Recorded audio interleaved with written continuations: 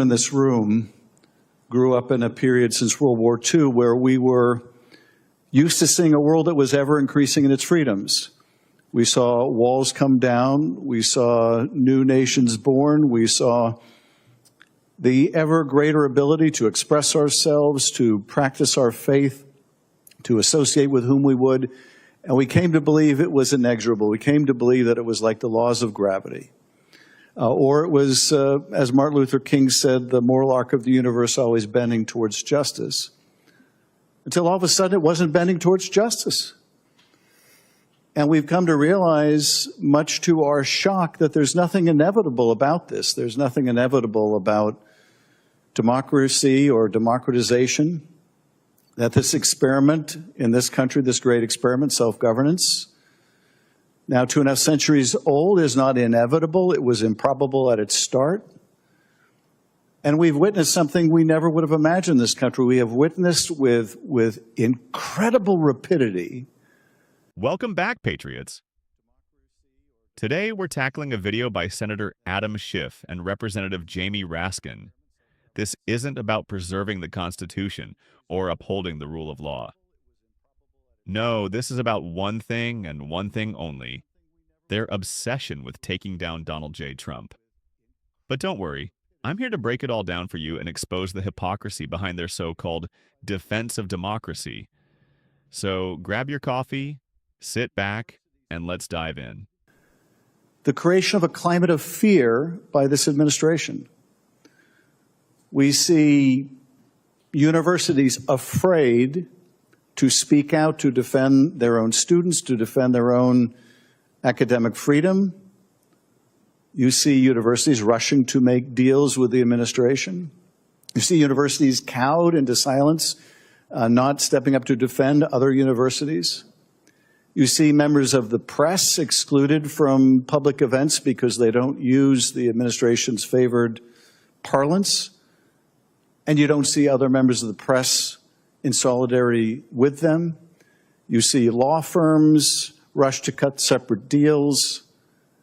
You see lawyers purged from the Department of Justice. You see FBI agents purged from the Bureau. You see scientists purged from their agencies.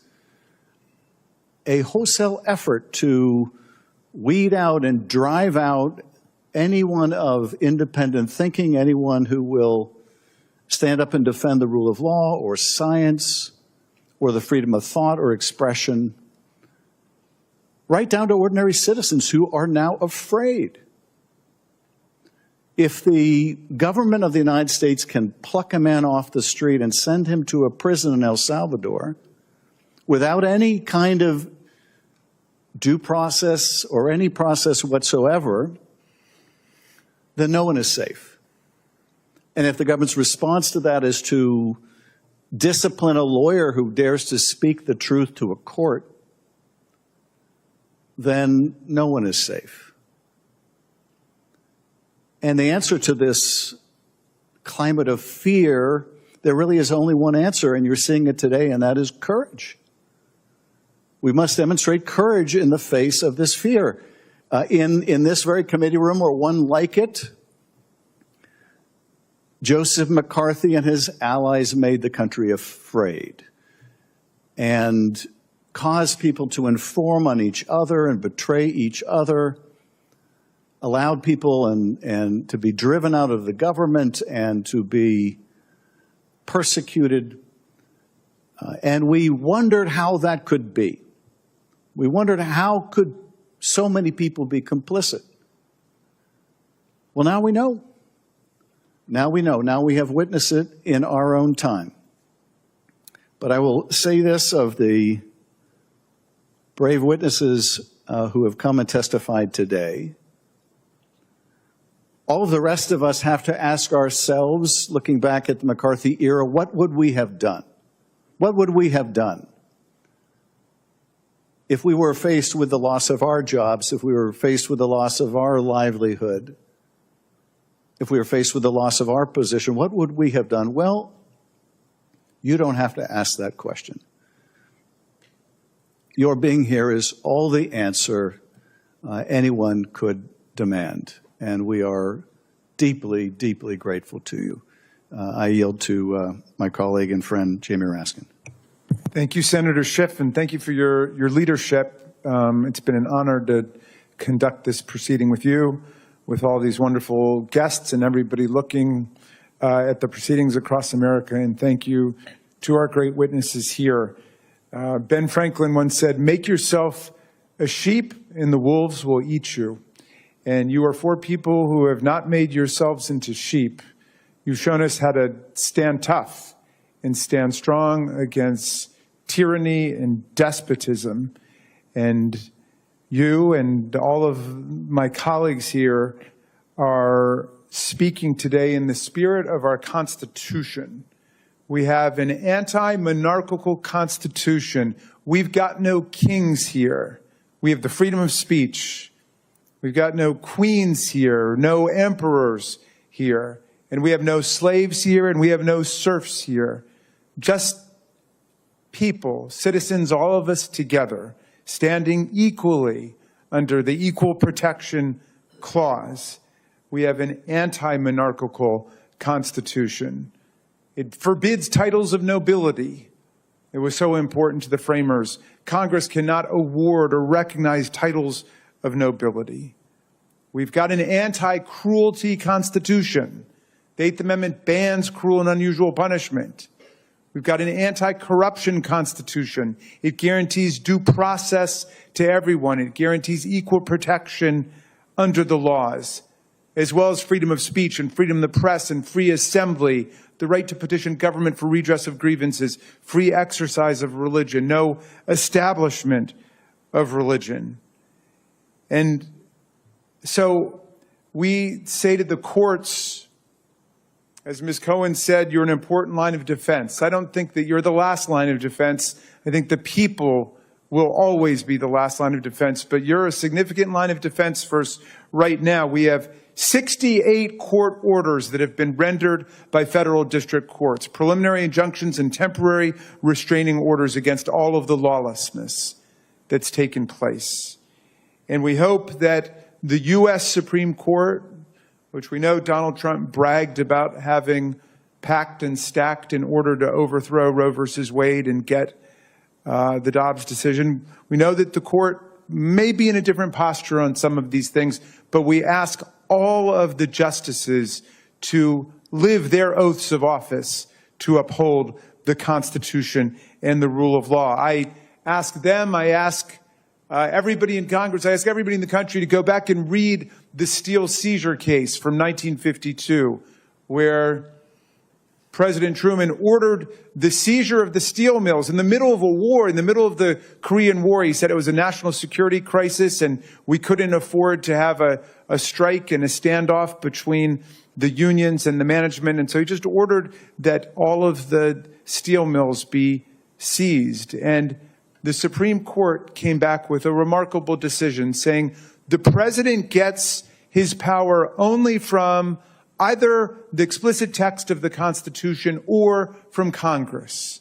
And Congress had already rejected the idea that the president should have the power to seize the steel mills. And so the court said in a 6-3 decision, the Constitution doesn't grant you that power, and Congress forbade you that power. And Justice Jackson, in his famous concurrence, said, at that point, your power, Mr. President, is at its lowest ebb. But here's the remarkable thing about the decision, which is indeed the paradigm for interpreting executive power. As Justice Amy Coney Barrett said in her confirmation hearings over here in the Senate, the remarkable thing about the decision is that there were 9 Democrats, most of them New Deal liberal Democrats, on the Supreme Court at that moment. President Roosevelt had been in for 4 terms. Truman had come in. These people, they were friends. A lot of the justices had served in the Roosevelt administration or in the Truman administration. Some had been in the Department of Justice. And in fact, the 3 justices in dissent taunted them, saying, you said this was totally fine. You wanted this to be a power that the president would have. And now you're on the court and you're saying the president does have this power. But it was really their finest moment because they distinguished their roles as partisans when they were either in Congress or in the administration from their role as justices upholding the Constitution and the rule of law. And they said, despite the fact that this was their team, they could not allow the president to overstep his bounds in that way. And after the case was rendered, Justice Jackson was so nervous that President Truman would never speak to him again that he had a dinner party with all the justices, and he invited President Truman to come over there. And there was a round of toasts, and Truman said to Justice Jackson, well, I don't know if I like your law that much, but this is a hell of a good bourbon you're serving us tonight. So we hope that the justices will live up to their titles. They're the only jurists in the federal system who get the title of justice. Everybody else is a judge, and we hope these justices will act with justice. And I want to just say finally about the law firms, because I've been working with Senator Blumenthal and with Ms. Scanlon on the question of the law firms. There is no safety in appeasement. There just is no safety in appeasement. These law firms have bargained away $40 million, tens of millions of dollars in pro bono assistance. Well, now, if Donald Trump gets to choose who your clients are going to be, right, and you're going to end up representing, I don't know, the National Rifle Association, the National Right to Life Committee, you name it, anti-environment, anti-LGBTQ, whatever it is. Now, not only are you going to have to put the resources of your firm into these causes on behalf of a president who just shook your firm down, but you're not going to be able to take any of the clients on the other side, because that's a conflict now. You are conflicted out of representing the pro-environment, the pro-choice groups, the unions, if you've taken the people on the other side. There is no safety in appeasing a tyrant. There's no safety in selling out. And these people are teaching us what the meaning of the rule of law really is. Ben Franklin said, we must all hang together or we will all hang separately. Let's hang together right now. Let's stand tall, America, for our Constitution, our rule of law, and our democracy. And I yield back to you, Senator Schiff. All right, so Schiff starts by claiming there's a climate of fear created by Trump. Really, Adam? A climate of fear? Let's get one thing straight. The only climate of fear I've seen in the last few years is the one created by your side. Conservatives are being silenced on college campuses, censored on social media, and labeled as extremists just for supporting traditional American values. But Schiff has the audacity to say that universities and the press are scared of the Trump administration? Give me a break. These institutions aren't scared. They're the ones leading the charge against conservative voices. They're not victims, they're enforcers of the left's agenda. Oh, here we go, the McCarthyism comparison. This is a favorite tactic of the left. Dredge up history and twist it to fit their narrative. Schiff says we're living in a time like the McCarthy era, where people are afraid to speak out. Well, he's right about one thing. People are afraid to speak out. But it's not because of Trump. It's because of the cancel culture that the left has unleashed on this country. If you dare to say you support Trump or question leftist ideologies, you risk losing your job, your reputation, and even your friends. Schiff and Raskin don't want to protect free speech. They want to control it. Now let's talk about Jamie Raskin's little lecture on the Constitution. He goes on and on about how America has no kings, no queens, and no emperors. Well, Jamie, you're absolutely right. We don't. But what we do have is a bunch of unelected bureaucrats and activist judges who think they're above the law. You claim to defend the Constitution, but your party is the one trampling all over it. You want to pack the Supreme Court, undermine the Second Amendment, and silence religious freedoms. Don't lecture us about the Constitution when you're actively working to destroy its core principles. Ah, the Steele seizure case. Raskin brings this up as if it proves his point about limiting executive power. But let's be real. When Trump was in office, the left screamed about executive overreach every time he signed an executive order. Now that Biden is in office, those same people are completely silent. Where's the outrage over Biden's abuse of power with his endless executive orders on everything from student loans to vaccine mandates? The hypocrisy is off the charts.